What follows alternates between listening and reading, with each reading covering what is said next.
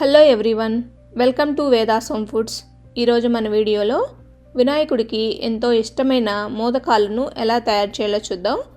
ఈ మోదకాలు అయితే చాలా సింపుల్గా ప్రిపేర్ చేసుకోవచ్చండి. ఎలాంటి తడిబియ్య పిండి అవసరం లేకుండానే మనకి బయట షాప్లో దొరికే పొడి బియ్య పిండితోనే చాలా సింపుల్గా ఈ మోదకాలను మనం ప్రిపేర్ చేసుకోవచ్చు. నేను చూపించే ఈ కొలతలు ఫాలో అవుతూ మీరు కూడా ఈ మోదకాలు ప్రిపేర్ చేశారంటే మీరు ఎప్పుడు చేసినా సరే ఈ మోదకాలు అనేవి పర్ఫెక్ట్గా వస్తాయండి. ఈ మోదకాల తయారీ ప్రాసెస్ని ఇప్పుడు స్టార్ట్ చేద్దామా. ఈ మోదకాల ప్రిపరేషన్ కోసం ముందుగా స్టవ్ మీద ఒక ప్యాన్ని పెట్టేసి అందులోకి 1 కప్పు వరకు వాటర్ని యాడ్ చేసుకోండి. ఈ వాటర్లోకి 1 టీ స్పూన్ వరకు నెయ్యిని కూడా యాడ్ చేసుకోండి. అలానే 1 చిటికెడు సాల్ట్ను కూడా యాడ్ చేసుకొని మరో 2 టేబుల్ స్పూన్ల వరకు షుగర్ని యాడ్ చేసుకోండి. మీరు ఈ షుగర్ ప్లేస్లో బెల్లం కూడా యాడ్ చేసుకోవచ్చండి. ఇప్పుడు ఈ షుగర్ని ఈ వాటర్లో మెల్ట్ అయ్యేంత వరకు కరిగించుకొని ఈ వాటర్ మొత్తం బాగా తెరిలేంత వరకు బాగా మరిగించుకోండి. చూడండి, ఈ విధంగా ఈ వాటర్ తెరులుతున్నప్పుడు స్టవ్ ఆఫ్ చేసేసి ఇందులోకి 1/4 కప్పు వరకు బియ్య పిండిని యాడ్ చేసుకోండి. నేను మనకి బయట షాపుల్లో దొరికే పొడి బియ్య పిండిని యూజ్ చేస్తున్నానండి. ఈ బియ్య పిండి యాడ్ చేసిన తర్వాత ఉండలు కట్టకుండా నీట్గా ఈ బియ్య పిండి మొత్తాన్ని ఉండలాగా ఫామ్ అయ్యేంత వరకు బాగా కలుపుకోండి.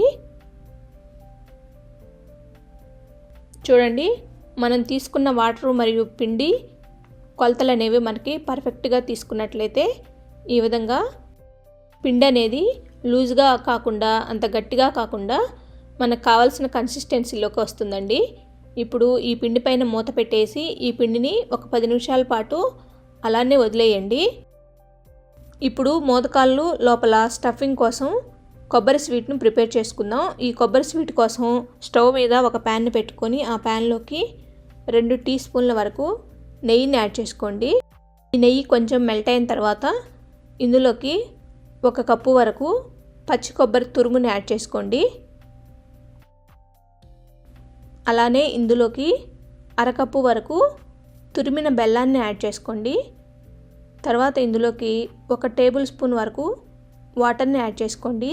మరీ ఎక్కువ వాటర్ అవసరం ఉండదండి. 1 టేబుల్ స్పూన్ అయితే మనకి ఈ బెల్లం కరగటానికి సరిపోతాయి. ఈ విధంగా ఇవి మొత్తం యాడ్ చేసుకున్న తర్వాత ఈ బెల్లం అనేది కరిగేంత వరకు మీడియం ఫ్లేమ్లోనే బాగా ఉడికించండి. ఈ స్వీట్ కోసం కొబ్బరి తీసుకున్న మెజర్మెంట్లో ఖచ్చితంగా సగం వరకే బెల్లం తీసుకోవాలండి.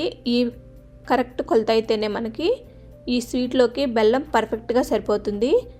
ఇలా ఈ బెల్లం మెల్ట్ అయ్యి కొంచెం దగ్గరికి వచ్చిన తర్వాత ఇందులోకి 1/2 టీ స్పూన్ వరకు యాలకుల పౌడర్ని కూడా యాడ్ చేసుకొని నీట్గా కలుపుకోండి. మరొక నిమిషం పాటు ఉడికించుకుంటే చాలండి. ఈ విధంగా ముద్దగా వచ్చేసిన తర్వాత స్టవ్ ఆఫ్ చేసేసి ఈ కొబ్బరి స్వీట్ను కూడా పూర్తిగా చల్లారబెట్టుకోండి. ఇప్పుడు మోదకాల తయారీకి మనం ఉడికించి పక్కన ఉంచుకున్న ఈ బియ్య పిండిని ఒకసారి చేత్తో బాగా కలపండి. ఈ బియ్య పిండి ముద్దను కంపల్సరీ 1-2 నిమిషాల పాటు చేత్తో బాగా కలుపుకోండి. ఈ విధంగా కలుపుకోవటం వల్ల మనకి మోదకాలు ఉడికించుకునేటప్పుడు పగుళ్ళు రాకుండా ఉంటాయండి. ఈ విధంగా కలుపుకున్న తర్వాత మీరు ఏ సైజులో అయితే మోదకాన్ని ప్రిపేర్ చేయాలనుకుంటున్నారో ఆ సైజులోకి ఒక రౌండ్ బాల్ని ప్రిపేర్ చేసుకొని పక్కన పెట్టేసుకోండి. ఇప్పుడు కొబ్బరి స్వీట్ కూడా చల్లారింది కదా, ఈ కొబ్బరి స్వీట్ని కూడా మీరు మోదకం కోసం తయారు చేసుకున్న ఉండలో కొంచెం తక్కువగా ఈ కొబ్బరిని కూడా చిన్న చిన్న రౌండ్ బాల్ లాగా ప్రిపేర్ చేసుకోండి.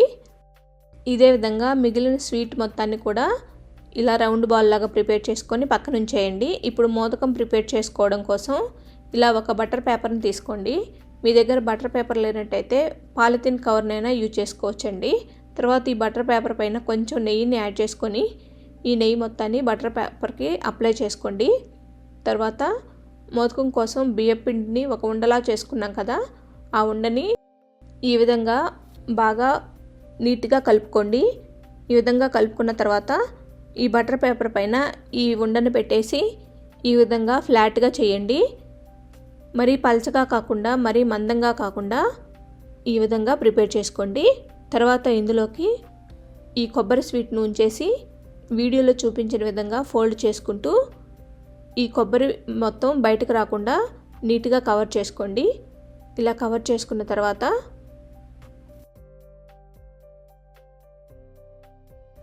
మోదకం షేప్ వచ్చేంత వరకు ఈ పిండిని అడ్జస్ట్ చేసుకుంటూ నీట్గా ఒక మోదకం షేపు తయారు చేసుకోండి. చూడండి, ఈ విధంగా మోదకం షేప్లోకి వచ్చేసింది కదా. ఇప్పుడు మనం దీనిపైన ఒక ఫోర్క్ తీసుకొని ఈ విధంగా చిన్న చిన్న గీతల్లా పెట్టేసుకొని నీట్గా ఒక మంచి షేప్ని ఇచ్చేసుకోండి.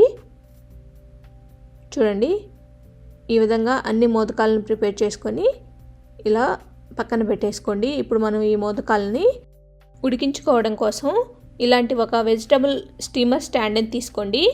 ఈ స్టాండ్లోకి మనం ప్రిపేర్ చేసి ఉంచుకున్న ఈ మోదకాల మొత్తాన్ని ఒక్కొక్కటిగా ఒకదానికొకటి అంటుకోకుండా నీట్గా అరేంజ్ చేసుకోండి. ఇప్పుడు మనం ఈ మోదకాలని ఆవిరిలో ఉడికించుకోవాలండి. ఇవి ఉడికించుకోవడం కోసం స్టవ్ పైన ఒక గిన్నెని పెట్టేయండి. ఒక వెడల్పాటి గిన్నెని తీసుకోండి. ఈ గిన్నెలోకి ఒక 1/2 లీటర్ వరకు వాటర్ని యాడ్ చేసుకొని ఈ గిన్నె పైన మూత పెట్టేసి ఈ వాటర్ని ఒక 10 నిమిషాల పాటు బాగా మరిగించుకోండి. 10 నిమిషాల తర్వాత ఈ వాటరు తెరులుతూ ఉంటాయండి. ఇప్పుడు ఈ గిన్నెలోకి మనం మోదకాలు యాడ్ చేసి ఉంచిన స్టాండ్ని పెట్టేసి ఈ గిన్నె పైన మూతనుంచేసి మీడియం ఫ్లేమ్లోనే 12 నుండి 15 నిమిషాల పాటు ఈ మోదకాలను బాగా ఉడికించుకోండి. 15 నిమిషాల తర్వాత మూతను ఓపెన్ చేసి చూసారంటే ఈ మోదకాలు చక్కగా ఉడికింటాయండి. చూడండి, ఎలాంటి పగుళ్ళు కూడా లేకుండా మనకి ఈ మోదకాలు ఎంత చక్కగా ఉడికాయో. ఇప్పుడు ఈ మోదకాలని బయటకు తీసుకోండి. చూసారు కదా ఎంత పర్ఫెక్ట్గా మనకి ఈ మోదకాలు అనేవి రెడీ అయిపోయాయో. మీకు ఇలాగనే పర్ఫెక్ట్గా మోదకాలు రావాలంటే మాత్రం మీరు ఈ బియ్య పిండి కలుపుకునేటప్పుడు బియ్య పిండి కొలత అనేది వాటర్ కొలత కంటే 2 టేబుల్ స్పూన్లు తక్కువగా తీసుకోండి. లేదా 1 కప్పు వాటర్కి 3/4 కప్పు వరకు బియ్య పిండి అయినా తీసుకోండి. ఈ విధంగా తీసుకున్నట్లయితే ఈ మోదకానికి పర్ఫెక్ట్ కన్సిస్టెన్సీలో బియ్య పిండి అనేది రెడీ అవుతుందండి. ఇంకా లేట్ చేయకుండా మీరు కూడా ఈ కొలతలు ఫాలో అవుతూ ఈ మోదకాల రెసిపీని మీ ఇంట్లో ప్రిపేర్ చేసుకొని మీకు ఎలా వచ్చిందో మీ ఫీడ్బ్యాక్ని కామెంట్ సెక్షన్లో నాకు తెలియజేయండి. ఈ రెసిపీ కనుక మీకు నచ్చినట్లయితే లైక్ చేసి, షేర్ చేసి, సబ్స్క్రైబ్ చేసుకోండి. Thanks for watching.